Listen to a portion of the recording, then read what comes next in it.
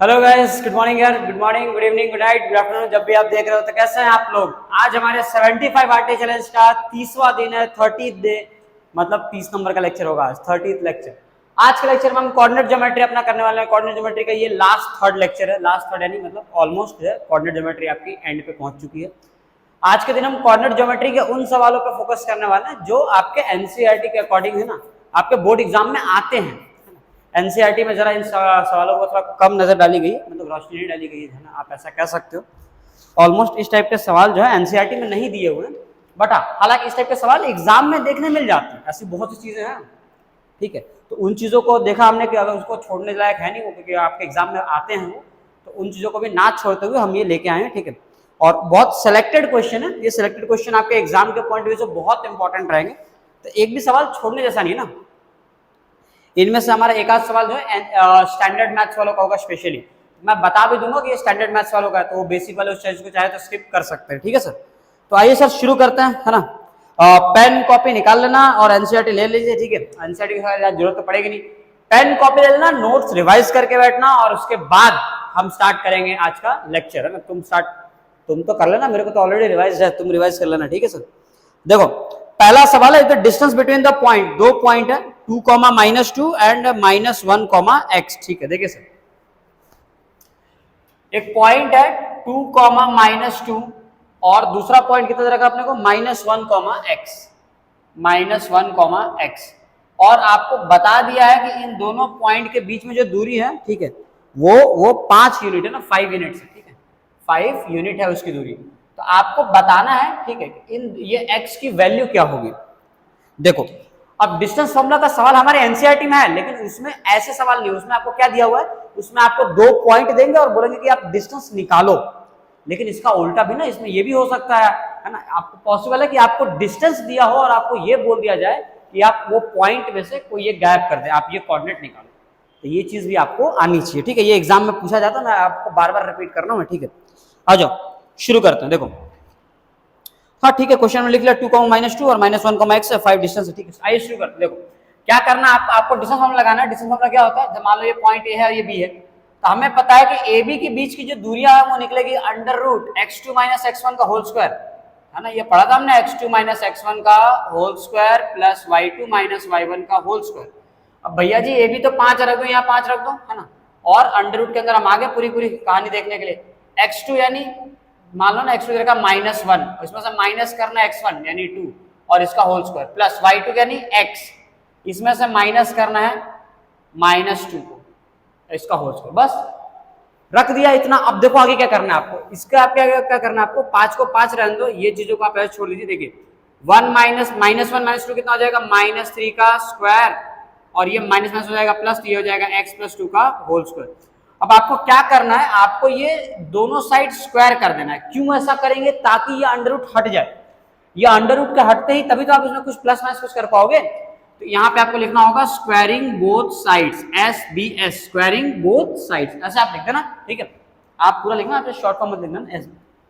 देखो 5 का स्क्वायर 25, और यहाँ अंडर तो अब लगाएगा नहीं, है ना, क्योंकि अंडर वाले नंबर का स्क्वायर करोगे तो हट जाएगा वो। तो 3 का स्क्वायर तो 9 आ जाएगा, और ये बचा x + 2 का होल स्क्वायर। अब जरा समझो, 25 में से 9 को टाइम के अपन यहाँ फेंका, 25 में से 9 कितना होगा 16, तो x + 2 का होल स्क्वायर जो है 16 आ रहा है सर। कौन सा नंबर का होल स्क्वायर 16 आता है, 4, है ना, 4 या -4, है ना, बच्चा जानते हैं। तो आप यहाँ से स्क्वायर हटाओ, यहाँ रूट लग जाएगा, = x + 2, वो भी प्लस माइनस दोनों। तो एक बार +4 ले लो, एक बार -4 ले लो, है ना। x + 2 = +4 -4, देखो आपको यहाँ से 2 वैल्यूज मिल जाएगी, है ना। तो अगर मान लो मैंने +4 लिया x + 2, तो 2 को यहाँ लेकर माइनस करना, तो ये आ जाएगा x = 2। और अगर आपने -4 लिया, ठीक है सर, तो +2 क्या हो जाएगा -2, तो -4 - 2 कितना आ जाएगा, -6 आ जाएगा x की वैल्यू। तो आपको 2 वैल्यूज मिलेगी, एक x = 2 और एक x = -6, x = -6 and x = 2। Done. ये है हमारा आज का पहला सवाल। सवाल नंबर 1 हेडिंग लगा लो। अब हम आते हैं दूसरे सवाल पे, सवाल नंबर 2। अब देखो दूसरा सवाल है क्या। दूसरा सवाल है the distance of the point 2, 3 from the x axis. अब देखो ये सवाल मैंने आपको बताया था पहले ही लेक्चर में, distance of the point 2, 3 from x axis. तो 2, 3 अब जैसे अपन मैं आपको ये चीज विजुअली मैं आपको करके दिखाऊं तो x में 2 होना चाहिए और y में 3, 1 2 3। अब ये जैसे ये पॉइंट हो गया, ठीक है सर, 2,3। अब बोला गया कि इस पॉइंट की दूरी x एक्सिस से, हालांकि आपको इस डायग्राम की जरूरत नहीं थी, याद है मैंने पहले दिन ही बताया था, क्या बताया था, किसी भी पॉइंट की दूरी x एक्सिस से y के बराबर और y एक्सिस से x के बराबर होती है, मैंने बताया था। तो इसकी दूरी अगर x एक्सिस से पूछी गई है तो y डायरेक्ट लेना 3, x एक्सिस से कितना दूर है, 3 यूनिट दूर है, और y एक्सिस से कितना दूर है ये, तो x यूनिट यानी 2 यूनिट दूर हो जाएगा, बस ये आंसर है इसका। x एक्सिस से इसकी दूरी पूछी गई थी, x एक्सिस से इस पॉइंट की दूरी यानी y कोऑर्डिनेट आपको बता देना है 3, इसका आंसर आ जाएगा सर, क्लियर।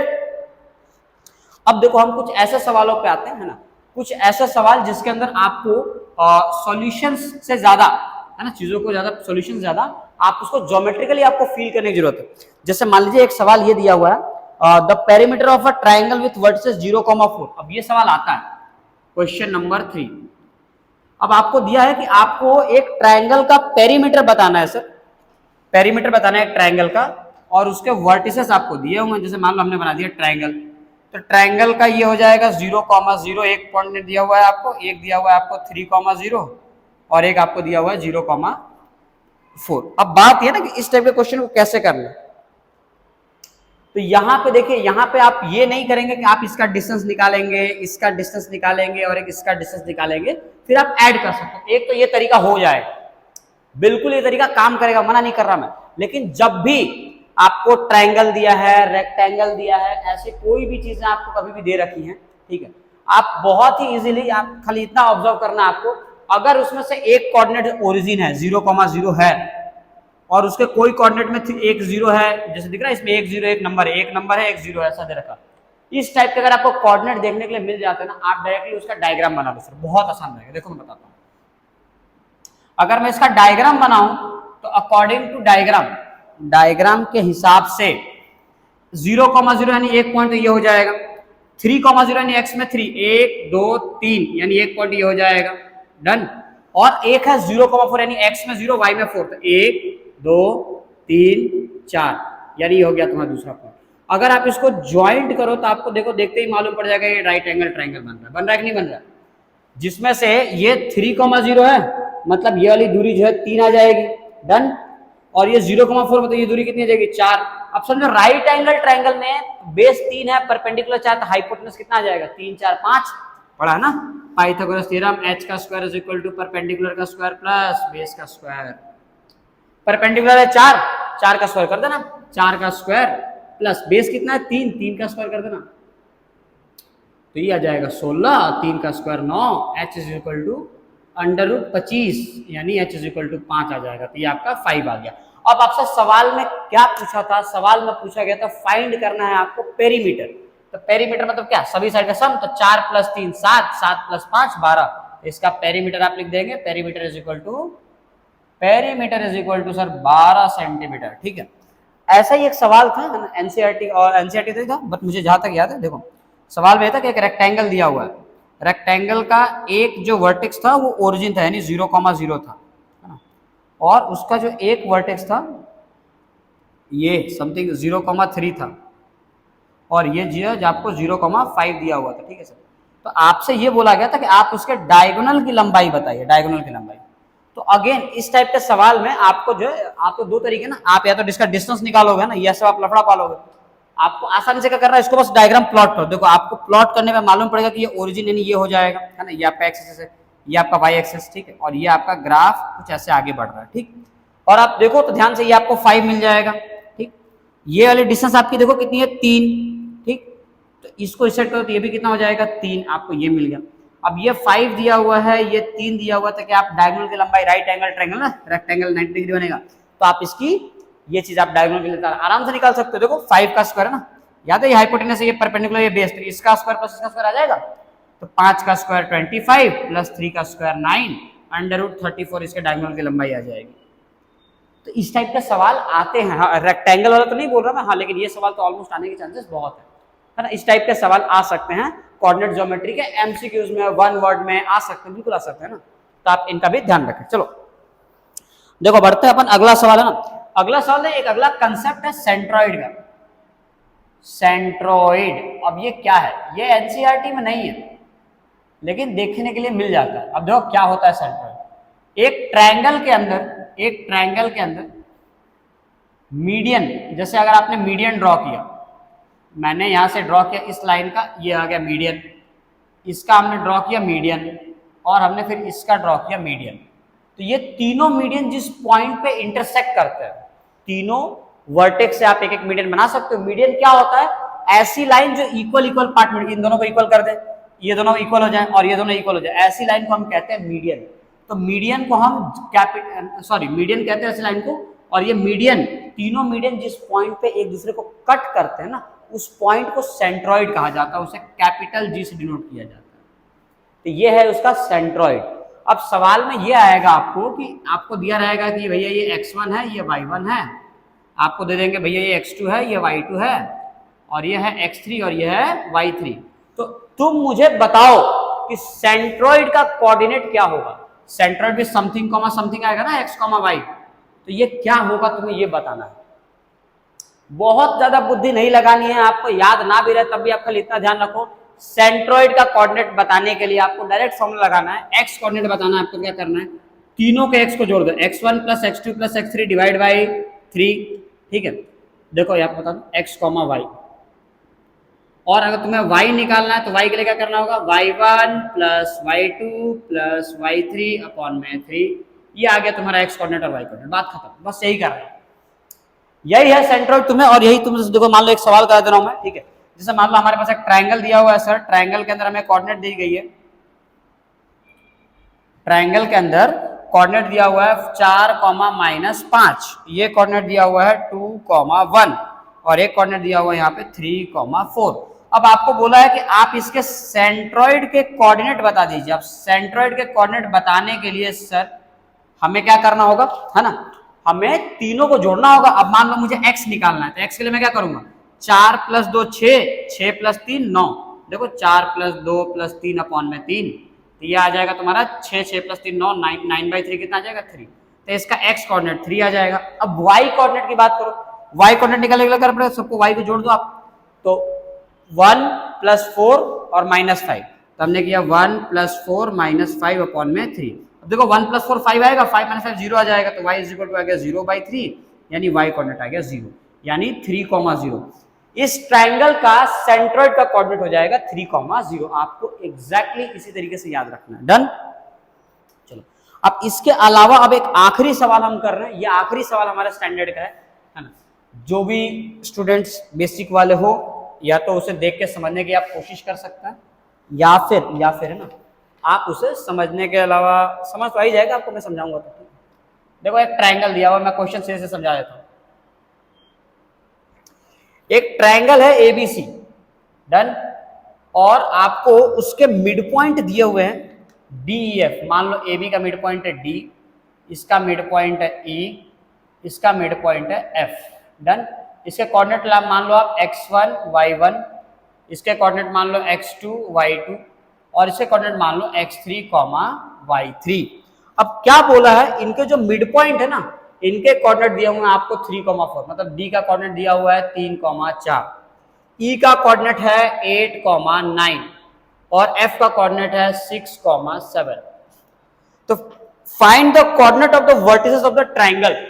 मतलब आपको मिड पॉइंट दिया है और आपसे बोला है कि आप ये x1 y1, x2 y2, x3 y3 के कोऑर्डिनेट बता दो।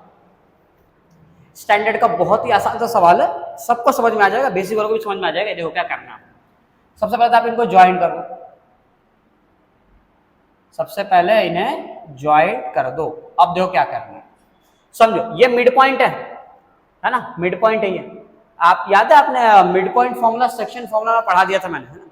सेक्शन फॉर्मूला में हमने मिड पॉइंट फॉर्मूला कवर कर लिया था। मिड पॉइंट फॉर्मूला का सवाल तो कर सकते हैं। अब मिड पॉइंट कैसे निकालते हैं, दोनों को जोड़ के 2 से डिवाइड करना।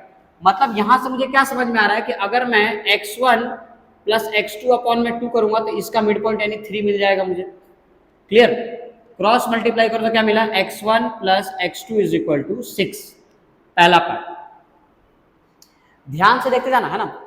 अब देखो इस साइड आ जाओ, मान लो इसका y कोऑर्डिनेट निकालूंगा तो क्या हो जाएगा, y1 प्लस y2 अपॉन में 2 करूंगा तो इसका y कोऑर्डिनेट कितना आ जाएगा 4, मतलब इसको क्रॉस मल्टीप्लाई हो तो y1 plus y2 is equal to कितना आ गया 8 आ जाएगा। पहला मुद्दा क्लियर। अब आ जाओ इस वाले पे, इस पे क्या करोगे, again x2 plus x3 by 2 करूंगा मैं, x2 प्लस x3 अपॉन में 2 करूंगा तो इसका मिड पॉइंट यानी 8 आ जाएगा, क्रॉस मल्टीप्लाई करो तो x2 plus x3 is equal to 16 आ गया। और y की बात करें अपन तो क्या हो जाएगा sir, y2 plus y3 upon में 2 इज इक्वल टू क्या आ जाएगा यहाँ पे 9, क्रॉस मल्टीप्लाई करो तो y2 plus y3 is equal to 18 आ जाएगा। समझ में आ गई बात, y2 प्लस y3 कितना आ गया 18 आ गया, ये दूसरा भी हो गया। अब थर्ड वाले पे आ जाओ, सेम यही काम करना है आपको, x1 प्लस x3, अगर मान लो मैंने x1 प्लस x3 अपॉन में 2 करूंगा तो इसका x कोऑर्डिनेट आ जाएगा यानी 6, क्रॉस मल्टीप्लाई करूंगा मैं x1 plus x3 is equal to 12 आ गया, ठीक है। और y के साथ भी सेम, तो y1 प्लस y3 अपॉन में 2 करने पे आपको मिल जाएगा इसका y कोऑर्डिनेट यानी 7, क्रॉस मल्टीप्लाई किया यहाँ से तो y1 plus y3 is equal to 14। अब इतनी चीजें आपको मिल गई हैं, अब आगे क्या करना है देखो, अब आगे आपको ऐसा करना है, इस सवाल को सॉल्व करने के लिए आगे हमें ऐसा करना है, पेपर यहां रख दिया जाएगा। देखो आप इन तीनों को जोड़ दो, तीनों को आपस में जोड़ दो, सारे x वाले एक में, सारे y वाले एक में। जैसे अगर आपके पास जगह हो तो मैं यहाँ पे मिटा के यहीं पे लिख देता हूँ क्वेश्चन, ठीक है, यहीं पे हम क्वेश्चंस लिख लेते हैं, इसका सॉल्यूशन सेंट्रॉइड भी मिटा देता हूँ। चलो देखो क्या करना, सबको जोड़ दो, यानी ये और ये, इन सबको जोड़ दो। देखो x1 दो बार है, x2 दो बार है और x3 भी दो बार है, यानी क्या हो जाएगा ये आपका x1 plus x2 2x1 plus, सब दो बार है ना, 2x2 plus 2x3 is equal to, अब इज इक्वल टू कैसे देखो 6 और 16, 6 प्लस 16 22, 22 प्लस 12 कर लो आप, है ना, 22 प्लस 12 कितना हो जाएगा आपका 34 आ जाएगा। अब यहां से 2 को कॉमन ले लेंगे हम, तो 2 कॉमन लेते हैं क्या बचेगा, x1 plus x2 plus x3 is equal to 34, 17 2 यानी x1 plus x2 plus x3 की वैल्यू आ गई आपकी 17, ये आ गया इंपॉर्टेंट काम की चीज। अब सेम y के साथ भी सेम करना है, y को जोड़ के देखो, आप देखना सबको जोड़, देखो y1 दो बार है, y2 देखो दो बार है ना, y2 दो बार है, y3 दो बार है, यानी क्या हो जाएगा सारे 2 टाइम्स हो जाएंगे, तो 2 times of y1 plus 2 times of y2 plus 2 times of y3 is equal to 8 18 26 और 4 है ना 40 हो जाएगा, यानी 2 ले लेंगे कॉमन तो y1 plus y2 plus y3 is equal to 40, निपटा दीजिए, है ना, तो y1 plus y2 plus y3 की वैल्यू जो है 20 आ जाएगी। अब इसके आगे क्या करना, अब पूरा काम शुरू हो जाएगा। देखो अब आपको जो चाहिए तो मिल गया, अब आपको देखो आसानी से आंसर कैसे आएगा। x1 प्लस x2 कितना है 6 है, यहाँ पे आ जाओ, इसकी जगह पे 6 रख दूंगा मैं, x1 प्लस x2 6, अब सोचो 6 में क्या जोड़ने पे 17 आ जाएगा 11, तो आपकी x3 की वैल्यू जो है 11 आ जाएगी। पहला पार्ट क्लियर। देखो x1 प्लस x2 की जगह पे तुम 6 रख सकते हो, है ना, तो यहाँ पे हमने 6 रख दिया, तो 6 में ऐसा क्या जोड़े कि 17 आ जाएगा 11, x3 आ गया 11 आपका। अब और आपको बताता हूँ, ठीक है, x2 प्लस x3 की बात करते हैं अपन, x2 प्लस x3, देखो x2 प्लस x3 को ऐड करने पे कितना आ रहा था 16, x2 प्लस x3 कितना आ रहा है 16, मतलब इनकी जगह पे मैं 16 रख दूं तो 16 में ऐसा क्या जोड़ू कि 17 आ जाएगा 1, मतलब x1 की वैल्यू आपको मिल गई कितना, x1 की जगह पे आपको मिल जाएगा 1। अब अगली बात सोचिए, अगले काम की चीज है ना, अगर आपको x1 और x3 ये मालूम है 11 और 1 हो रहा है, x1 x3 11 और 1 कितना हुआ 12, तो बीच वाला टर्म कितना हो जाएगा 5, तभी तो 17 आएगा, तो आपको मिल गया x2 इज इक्वल टू 5। ये हो गए तीनों x1 x2 x3 तीनों आ गए। अब देखो y1 कैसे निकलेगा, y1 प्लस y2 कितना है 8, तो मतलब मान लो इनकी जगह मैंने रख दिया 8, तो 8 में ऐसा क्या जोड़ो कि 20 आ जाए 12, तो y3 की वैल्यू तुम्हारी 12 आ गई। पहला पार्ट क्लियर। अगले पार्ट में देखो y2 प्लस y3 दिया है 18, तो y2 प्लस y3 18 दिया, मतलब इसको मिटा दो। अब इसको देखो, इनको जोड़ने पे 18 आ रहा है, मतलब ये कितना हो जाएगा 2, 18 में 2 जोड़ने पे 20 आएगा ना, तो y1 की वैल्यू कितनी आ गई 2 आ गई। अब अगला काम सोचो, y1 y3 मिल गया है, इनको जोड़ने पे 14 आ रहा है, तो बीच वाला नंबर क्या हो सकता है 6, तभी तो 20 आएगा, तो आपका y2 आ गया 6। तो इसी तरीके से आपने y1 y2 y3 भी निकाल लिया। तो ये एक तरीका हो सकता है जिसका मिड पॉइंट ये है ना, आप एक ऐसा क्वेश्चन कह सकते हैं जो नॉर्मली एक्सपेक्टेशन नहीं है इसकी, बट स्टिल हाँ एक बार जो है पेपर है मुझे कहीं ये दिखा था इसलिए मैंने इस चीज को जो है टिप लिया। हाँ बोर्ड के पेपर नहीं था, सीबीएसई वालों के लिए भी काफी इंपॉर्टेंट है, और ये जो क्वेश्चन पेपर के सेट आते हैं ना उसमें ये क्वेश्चन दिखा, तो ऑब्वियसली बात है दिखा तो हमें कर लेना चाहिए, हमें छोड़ना तो नहीं चाहिए बिल्कुल, है ना। तो इसीलिए क्वेश्चन में आपको करवा दिया। आएगा ये सवाल तो स्टैंडर्ड वालों में आएगा, बेसिक वालों का क्वेश्चन नहीं आएगा, प्लस सीबीएसई के जितने स्टूडेंट हैं उनके लिए बहुत इंपॉर्टेंट है ये, ठीक है सर। तो चलो आज के लेक्चर में सिर्फ इतना ही रहेगा, नोट्स वगैरह बना लेना है ना, नोट्स बनाना, पढ़ाई करते ना, मिलता है नेक्स्ट लेक्चर में, चलो बाय।